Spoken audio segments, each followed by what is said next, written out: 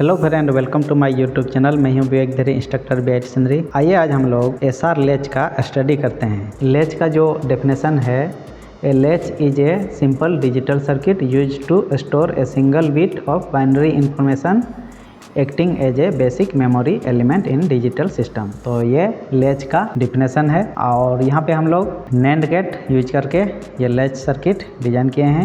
यहाँ पे 4 NAND gate use किए हैं, 1 2 3 4। तो ये चारों NAND गेट यूज करके ये लैच सर्किट डिज़ाइन किए हैं। और इसमें जो है हम लोग का ये पॉजिटिव फीडबैक होता है। SR लैच में पॉजिटिव फीडबैक, ये जो हम लोग का आउटपुट से इनपुट पे कनेक्ट किए हैं, तो ये हम लोग का क्रॉस कपल्ड पॉजिटिव फीडबैक है। और ये सिंगल बिट को स्टोर करता है, या तो 1 या 0, यही 2 बिट स्टोर करेगा। और ये इसका ट्रूथ टेबल है, इस ट्रूथ टेबल को हम लोग वेरीफाई करेंगे। यहाँ पे हम लोग का लैच में 2 इनपुट और 2 आउटपुट है, एक नॉर्मल आउटपुट और एक कम्प्लीमेंट आउटपुट। और यहाँ पे 2 इनपुट है, एक सेट इनपुट और एक रीसेट इनपुट। तो आइए हम लोग इस टेबल को वेरीफाई करते हैं और ये सर्किट का भी स्टडी करते हैं। तो अभी हम लोग सबसे पहले यहाँ पे आउटपुट में एज्यूम करेंगे।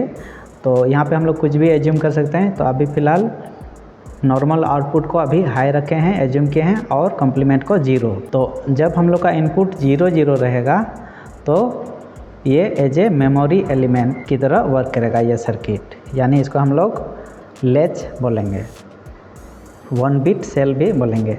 तो अभी नॉर्मल आउटपुट को यहाँ पे हम लोग हाई किए हैं, तो ये कम्प्लीमेंट है, तो ये 0 है। अब हम लोग इसको अगर देखेंगे यहाँ पे, तो देखिए अभी दोनों इनपुट 0 है। ये हम लोग का नॉट गेट की तरह वर्क करेगा ये 2 सर्किट। और यहाँ पे हम लोग का ये लैच है, SR लैच। तो जब यहाँ पे 0 देंगे तो यहाँ पे हम लोग का आउटपुट जो आएगा ये 1 होगा, और यहाँ पे भी 1 होगा। तो दोनों 1 1 हो गया। अब हम लोग यहाँ पे देखेंगे तो ये फीडबैक हम लोग का यहाँ पे आया है 1 और ये 1, तो आउटपुट यहाँ पे 0 हो गया। फिर ये फीडबैक यहाँ पे आया 0 और 1, तो आउटपुट 1। तो जो एज्यूम किए थे यहाँ पे 1 0, तो सेम हम लोग का यहाँ पे 1 0 आ गया।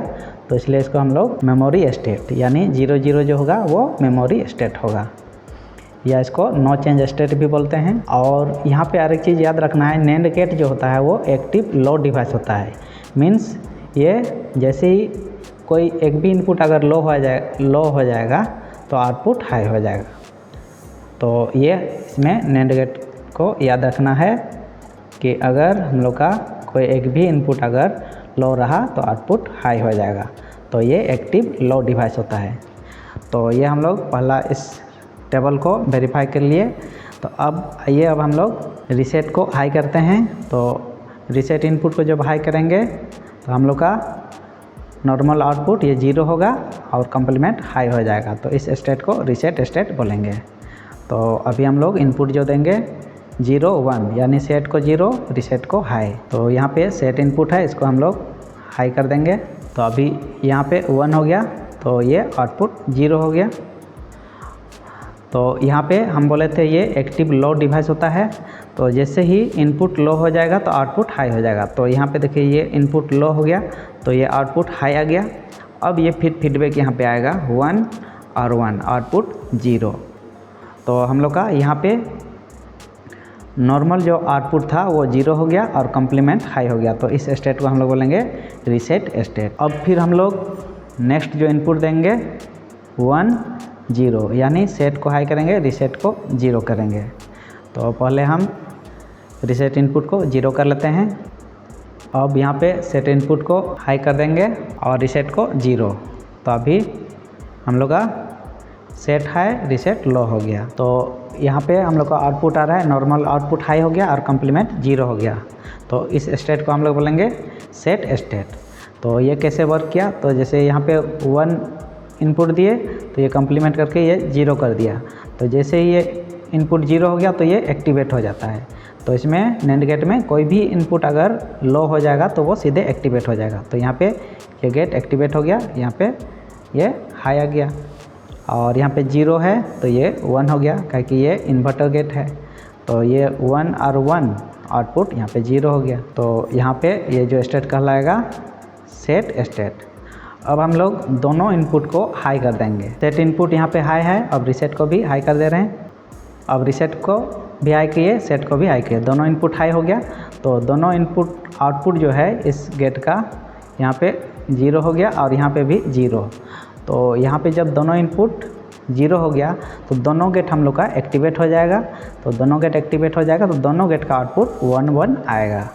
तो जब दोनों गेट का आउटपुट 1 आएगा तो ये स्टेट जो कहलाता है ये फॉरबिडन स्टेट, यानी यहाँ पे हम लोग का एक नॉर्मल आउटपुट और एक कम्प्लीमेंट है।